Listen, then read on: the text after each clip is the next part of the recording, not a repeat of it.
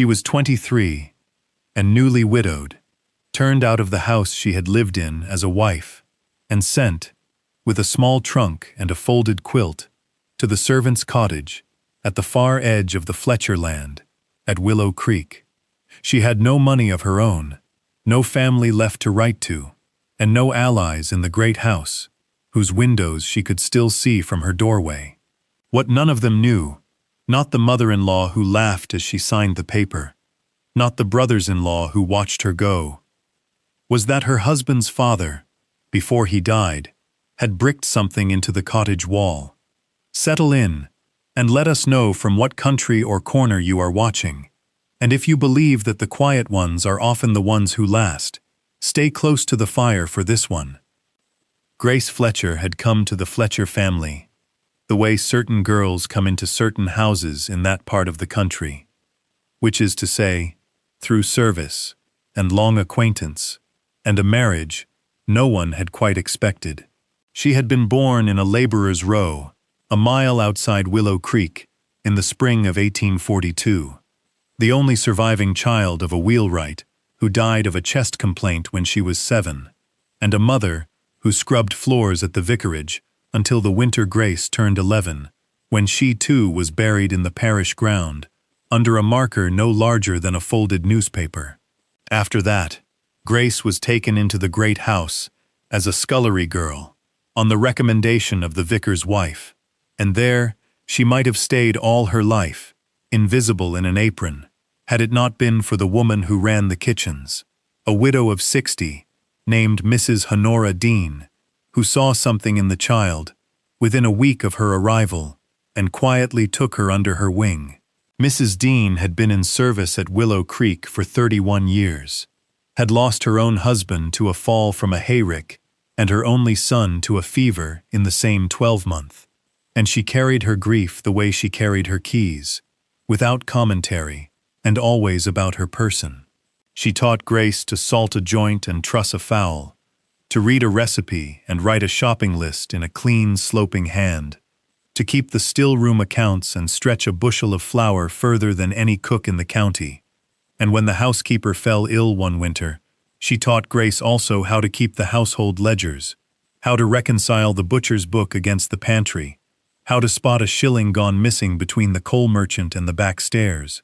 She taught her, above all, to notice the crack in a wall, the damp on a ceiling, the servant who lied, the pantry key left where it should not be, and Grace, who had been given very little else in her life, absorbed these lessons the way dry ground absorbs rain. The old master of Willow Creek, Mr. Edmund Fletcher, was a widower then, a stone-quiet man of 63, who kept horses and tenants, and a library and very little else. And he noticed Grace, as a man notices a good hinge on a well-hung door, which is to say, only when the door swings soundlessly, and he has time to consider why. In her 17th year, he had her moved from the scullery to the still-room, and in her 19th, he asked Mrs. Dean whether the girl could be trusted with the estate books, and Mrs. Dean, who did not flatter, said she could. His eldest son, Thomas Fletcher, was 30 then, and home from a failed venture in Liverpool, and he saw Grace on the back stairs one September afternoon, with a ledger under her arm, and a smudge of ink on her thumb, and by Christmas he had proposed. The family did not approve. Thomas's mother, Mrs. Augusta Fletcher, called it a folly and worse. His 2 younger brothers, Roland and Percy, made jokes in the smoking room about the kitchen bride. Only old Mr. Fletcher gave his blessing, and he gave it in writing, in a short letter that Thomas kept in his pocket for the rest of his short life. They were married in the parish church in the spring of 1863, and for 2 years Grace was a wife in the great house, though not a welcome one. She managed the still-room accounts, because no one else would, and she sat quietly at the long table, while Augusta corrected her table manners, and Roland's wife pretended not to hear her speak. The one thing she carried into the marriage that was truly her own was a small brass thimble that had belonged to her mother, worn thin at the crown from years of piecework, and she kept it on a bit of ribbon in her sewing box and touched it sometimes when the dining room grew unbearable. Old Mr. Fletcher died in the November of her first year of marriage, in his chair by the library fire with a book open on his knee. And Thomas followed him 14 months later, thrown from a horse on the frost-hard lane between Willow Creek and the market town, and dead before the doctor could be fetched. There was no child. There was no separate settlement in Grace's name, or so the family claimed, and the will that had been read after old Mr. Fletcher's death had left the estate entire to Augusta for her lifetime, with reversion to her sons. Grace, at 23, had a widow's cap she had sewn herself, a black wool dress turned twice at the hem, her mother's brass thimble on its bit of ribbon, and a folded letter from her father-in-law that she had found in Thomas's coat pocket the night he died, in which the old man welcomed her to the family and called her, in his careful hand, daughter. She had, besides these, one quilt Mrs. Dean had given her on her wedding day, £4 and 11 shillings in a tin box, and no clear notion of where in the world she was expected to go. The matter was settled on a Tuesday, 3 weeks after the funeral, in the small morning room where Augusta took her tea. Grace was sent for by one of the parlor maids, a girl called Ellen who had been under her in the still room a year earlier, and who would not meet her eye now. Grace went down in her black dress and stood inside the door because she had not been told to sit. Augusta was at the writing table with a solicitor's clerk beside her, a thin man in a gray coat whose name Grace never learned. Roland stood at the window with his hands behind his back, and Percy sat in the armchair with one boot crossed over his knee, examining the polish on it. There was a paper on the desk, already written out, and Augusta touched the edge of it with one finger as Grace came in. "There is the question of your accommodation," Augusta said, in the same voice she used to arrange the linen. "Thomas left nothing in his own name. You understand that. The house is not yours, and it would not be seemly for you to remain in the rooms you occupied as his wife. We have discussed it among ourselves, and we have decided you may have the cottage at the back of the west paddock. It is not currently in use.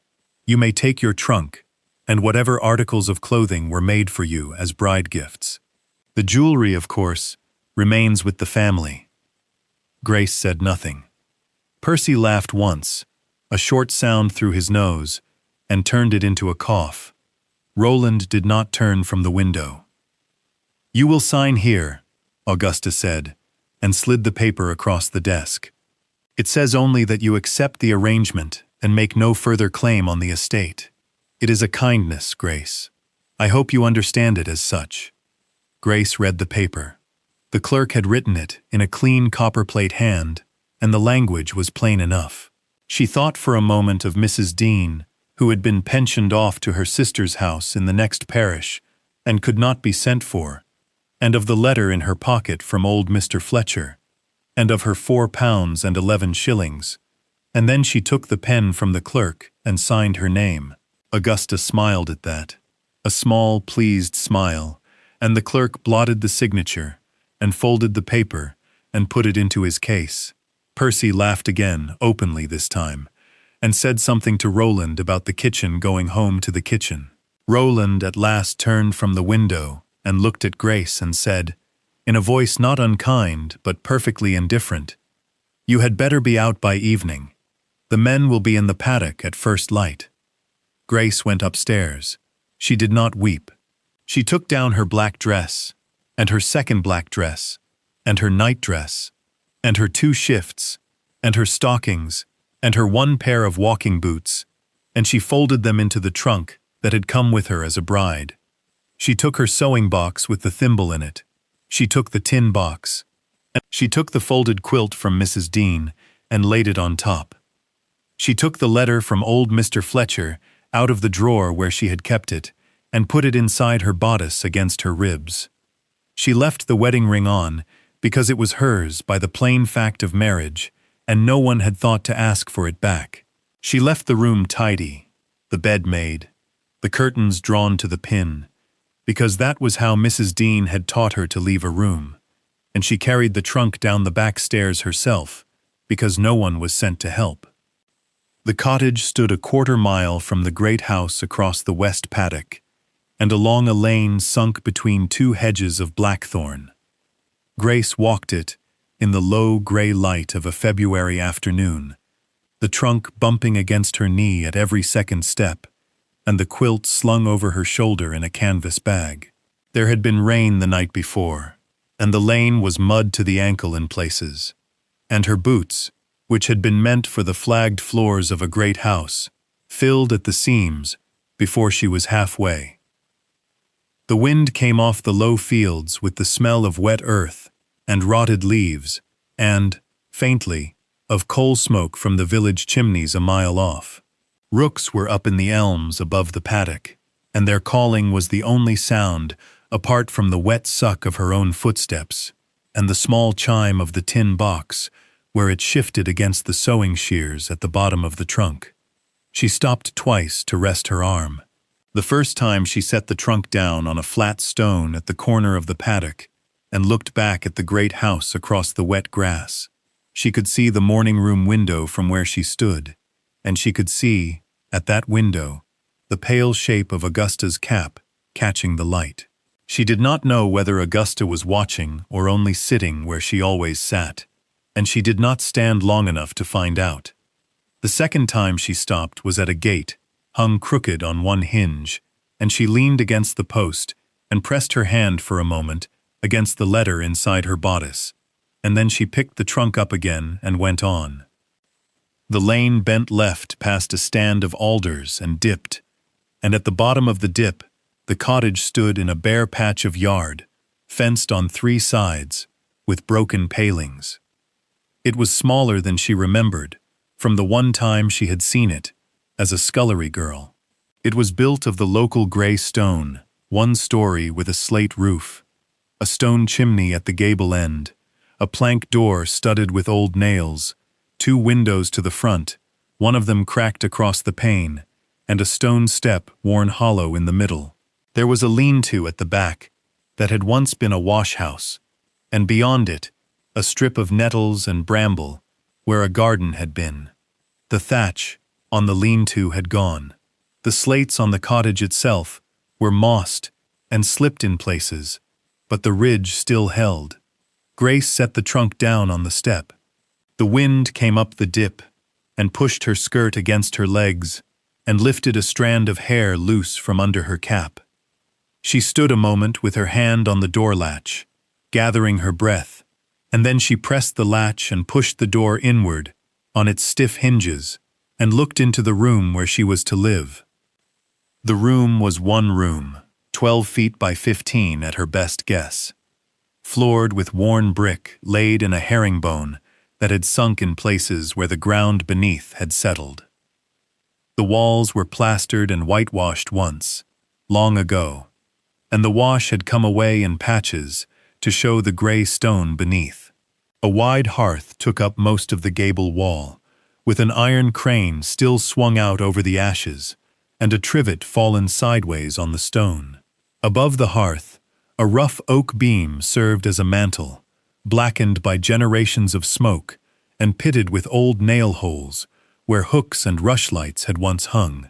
To the right of the hearth stood a small cupboard built into the thickness of the wall, its door hanging by one hinge. To the left, a plank partition divided off a sleeping alcove no wider than a horse stall, in which stood a straw mattress bed frame with its ropes gone slack, and a three-legged stool with the fourth leg lying beside it. A deal table stood under the front window, with one drawer missing. Two rush-bottomed chairs, one with the seat blown out, stood at odd angles, as though someone had risen from tea and never come back. The air inside smelled of cold soot and mice, and the particular sourness of a place shut up through a wet winter. A puddle stood on the brick under the cracked pane, where rain had come in. A swallow's nest, old and empty, clung to the beam above the door. The far wall, the one that ran along the back of the cottage and stood between the room and the fallen lean-to, was different from the others. Grace saw it at once and did not know why she saw it. The plaster there was newer, less pitted, and the courses of stone behind it, where they showed through, ran straighter and closer than in the side walls, as though that stretch of wall had been done over at some later date by a mason who had taken pains. She thought no more of it then. She set the trunk against the table leg, lifted the quilt out of the canvas bag, and shook it, and the small dust of the road came out of it, in a cloud that turned in the gray light from the door. She swept the hearth with a besom she found behind it, whose twigs were half gone. She carried the puddle out in a chipped bowl left on the sill. She stuffed the cracked pane with a folded strip of her second black dress until she could find better. She gathered sticks from the alders at the top of the lane and drew from the tin box a lucifer wrapped in paper and set a small fire in the grate, and she boiled water from the rain butt in an iron pot that had been left hanging on the crane, and she washed her hands and her face and drank a cup of hot water because she had no tea. She sat on the sound chair with the quilt around her shoulders and watched the light go out of the 2 front windows, and then she lay down on the ropes of the bed with the quilt over her and slept in her clothes, with the letter from old Mr. Fletcher still inside her bodice and her mother's thimble on its ribbon around her wrist. By the end of the first week, she had scoured the bricks with sand and water, mended the second chair with twine and a splint from the paling fence, stopped the worst of the roof leaks with rags pushed up between the slates from within, and set the cupboard door back on its hinge with a nail bent by a stone. She ate what she could earn or gather. Ellen, the parlor maid, met her twice, at the gate at the corner of the paddock, with a twist of tea and a heel of loaf hidden under her apron, and would not stay to be thanked. The vicar's wife, hearing where she was, sent down a bag of oats and a jar of dripping by a boy. Mrs. Dean was too far to send to, and Grace would not ask. It was in the second week, on a morning when a low sun struck across the back wall from the door, that Grace stood with a lump of soap and a scrubbing cloth, and set herself to wash the plaster down before the damp took it further. She worked from the corner outward, moving her hand in slow arcs, and she felt through the wet cloth what her eye had already told her, that the wall behind was not the same wall as the others. It rang differently under her knuckles. In the middle of the wall, at the height of her shoulder, was a place where the plaster had cracked, in a rough square outline, no bigger than a hearthstone, as though something behind had shifted and the surface had settled in a shape not its own. She rested her palm there. The wall was cold, but not with the deep cold of stone laid against earth. It was a shallower cold, as of a thin skin over a hollow. She fetched the poker from the hearth. She tapped the plaster inside the crack with the flat of it, and heard the sound come back different, drier, with a hint of an answer behind it. She scraped along the crack with the point of the poker until a first flake fell, and then another, and then a piece, the size of her hand, and behind the plaster, the stones showed neatly squared and small, brick-sized rather than fieldstone, and mortared in a paler mortar than the rest. She sat back on her heels a moment. She thought of Mrs. Dean saying that a wall could tell you as much as a face if you looked at it long enough. She thought of old Mr. Fletcher's letter against her ribs. She rose and fetched the small hatchet from beside the hearth, and a chisel she had found in the drawer of the table, and she began, slowly and without hurry, to work the mortar out from around the courses of brick within the outline. The brick came out 1, and then 2, and then 4, and behind them was a space, and in the space, when she had made the hole large enough to reach in with her arm, her fingers touched first the flat, cold face of an iron box, and beside it, the edges of a rolled bundle of papers tied with red tape, and above them, laid flat against the top of the box, a folded sheet of paper with her own name written across it in a hand she knew, in ink gone brown with the years, in old Mr. Edmund Fletcher's slow, deliberate script, for Grace Fletcher, when she is ready to find it. She did not open the letter at once. She lifted the iron box out of the hollow with both hands, because it was heavier than she had expected, and she set it on the brick floor beside her knee, and she took out the bundle of papers tied with red tape, and last of all, she took the folded sheet with her name upon it, and she carried all three to the deal table, under the window, and laid them there in a row, while her hands were still trembling, and her breath still short. She washed her hands in the basin before she touched the letter, because Mrs. Dean had taught her never to open a document with dirty fingers, and then she sat down on the sound chair and broke the wafer. The letter was 3 pages in old Mr. Fletcher's hand, and dated the September before he died. He wrote that he had watched Grace since she was 11, and had never known her to take a thing that was not hers, or to leave a thing undone that ought to be finished. He wrote that he had feared, from the day Thomas proposed, what his wife and his younger sons would do to Grace when he was gone, and that he had put by, out of rents received in cash and never entered in the estate book, the sum of £482 in gold sovereigns, together with the deeds to 2 cottages in Willow Creek Village, a note of hand from his solicitor in the market town, and a codicil to his will, properly signed and witnessed, providing to Grace outright the servant's cottage and the 4 acres about it, in fee simple, free of any claim of Augusta or her sons. He wrote that he had lodged a copy of the codicil with a Mr. Harrow of the same town, solicitor, not the family solicitor, and that Mr. Harrow was to be applied to by letter, in Grace's own hand, when she was ready. He signed himself, at the bottom, her father-in-law and her friend. Grace read it through twice. She refolded it along the same creases and put it inside her bodice with the first letter, and she sat for a long time at the table, with her hands flat on the wood. The next morning, she walked into Willow Creek Village in her mended boots and posted a letter to Mr. Harrow at the market town, using 3d of her own money for the postage and none of what was in the iron box. She would not touch a sovereign until the codicil was proved. Mr. Harrow came out on the Friday in a hired gig, a spare man of about 50, with gray side whiskers and an ink-stained forefinger. He read the codicil in the cottage, standing at the deal table, and he told Grace that the paper was clean, and that he had held the twin of it in his own safe these 2 years, and had wondered when he would hear from her. He filed the codicil at the district registry the following Monday. Word of it reached the great house by the Wednesday, and did not stir them at first, because they did not believe it, and by the time they believed it, Grace had already begun to work. She hired a Mr. Peter Amberley, a mason of 38 from the north end of the village, to relay the courses where the strong room had been, and to rebuild the fallen lean-to in dressed stone.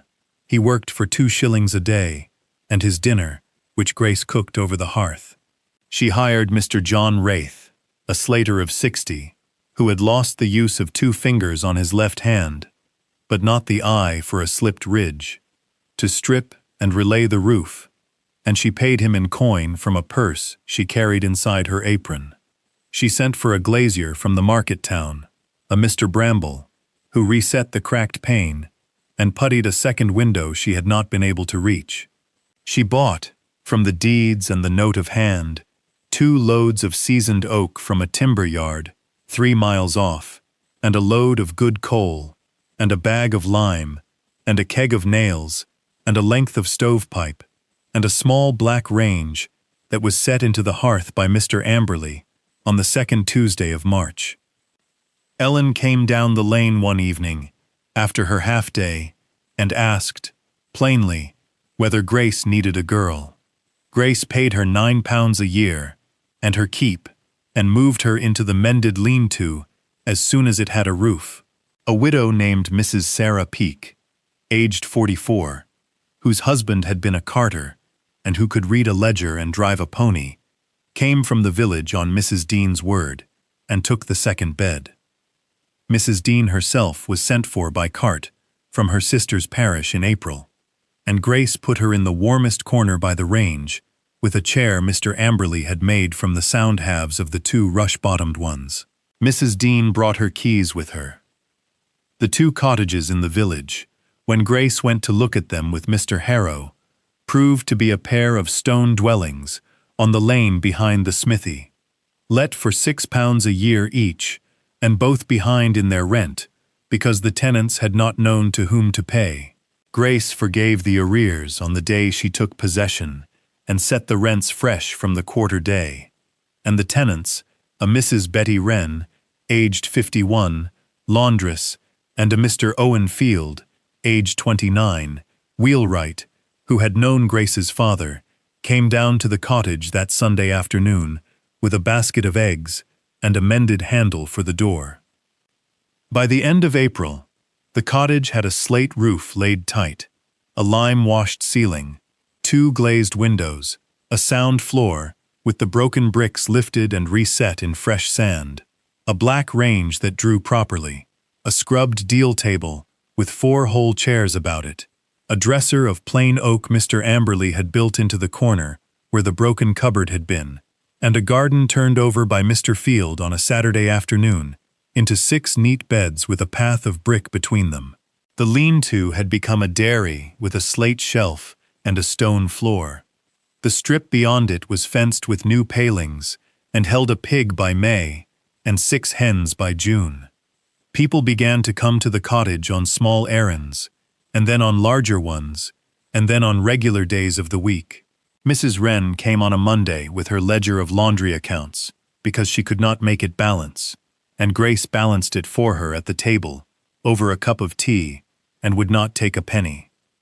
Mr. Field came on a Tuesday, with a question about a bill of sale for a cart, and Grace read it with him, and pointed out the clause that would have cost him a shilling in the pound. The vicar's wife, Mrs. Ann Bettridge, aged 60, came on a Wednesday in the second week of May, and sat with Mrs. Dean by the range, and drank tea from a cup Grace had bought in the market for 2d, and said, before she left, that the parish was glad to have Grace back among them. Grace did not answer, because there was no answer to make, but she saw Mrs. Dean turn her face to the fire and smile. By midsummer the cottage was known in the village as Fletcher's, though no one in the great house would call it so. Children were sent down the lane with notes and pennies for Grace to read and count.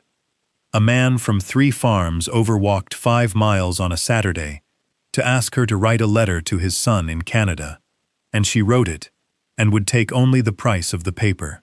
Mrs. Dean sat by the range with her keys on her lap, and told anyone who would listen that she had taught the girl her letters and her figures, and could take no credit for the rest, which she said was Grace's own. The pig grew, the hens laid. The garden came into bearing with onions and peas, and a row of early potatoes lifted in July. And Grace set aside the first 2 shillings she earned by her own reading and writing in a separate tin, and marked it in a small book on the shelf above the range, in the same careful hand in which Mrs. Dean had first taught her to keep an account. By August, the swallows were back in the beam above the door, building on the old nest, as though the years the cottage had stood empty had been only a long winter. And Grace sat one evening on the stone step, with the door open behind her, and the light going amber across the west paddock. She had come out to shell a bowl of peas for the next day's dinner, and had stayed longer than the peas required. The bowl was in her lap. The pods went into her apron. From where she sat she could see, above the alders at the top of the lane, the roof of the great house, catching the last of the sun, and she looked at it for a while, without any particular feeling, and then looked back down at her hands. Her hands were not the hands she had brought out of the great house in February. The palm was thickened where the besom and the scrubbing cloth and the mason's hod had worn it. The nails were cut square. On the ring finger of the left hand was the wedding ring, still hers by marriage and unasked for. Around the wrist of the right hand, on its old bit of ribbon gone soft with wear, hung her mother's brass thimble. She had taken to wearing it there since the day the strong room came open, because a wrist was closer to work than a sewing box, and because her mother had done piecework with the thing on, and Grace liked to think of that when she was writing out a tenant's letter or figuring rent in her head. Inside the cottage, Mrs. Dean was asleep in the chair by the range, with her keys on her lap. Ellen was upstairs turning down the beds. Mrs. Sarah Peake was in the dairy, setting a pan of milk. On the shelf above the range, in the little book in Grace's careful hand, the 2 shillings from the first letter she had written for pay had grown to 17 shillings and 6pence, kept separate from the rents and the sovereigns, and the accounts of the cottages behind the smithy, because that money was of a different kind, and Mrs. Dean had taught her long ago that different kinds of money were not to be mixed.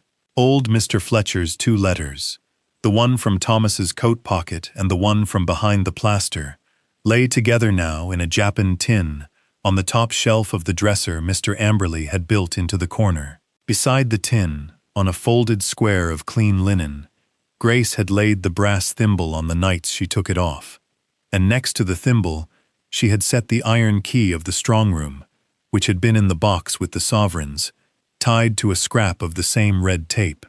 2 objects, from 2 people who had loved her, without ever asking anything of her, and who had gone before they could see what she made of what they left. She kept them side by side, and thought this was right. Word had come, in a roundabout way through Ellen's sister who was still at the great house, that Augusta had taken to her bed for a fortnight after the codicil was filed, that Percy had gone up to town for what he called air, and that Roland had ridden past the top of the lane one afternoon in June, and had turned his horse and gone back without coming down. Grace had heard all of this at her own table without setting down her pen. She had not answered then either. There was, she found, less and less that required an answer. The sun went off the roof of the great house. A rook called once from the elms. Grace shelled the last of the peas, brushed the pods out of her apron into the bowl for the pig, and stood up on the worn stone step where she had stood on a February afternoon, with a trunk at her feet, and no notion of what was on the other side of the door. Grace Fletcher was 23 and a widow.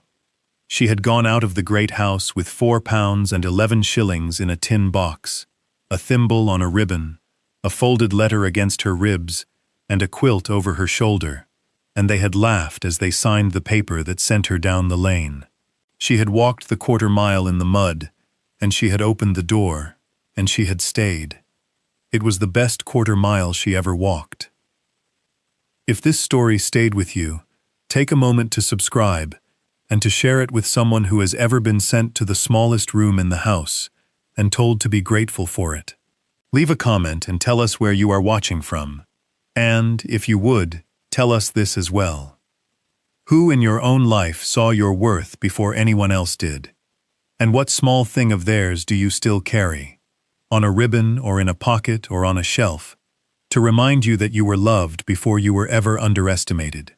Settle in, and we will meet again down another quiet lane, at another door that was never meant to open, with another woman standing on the step.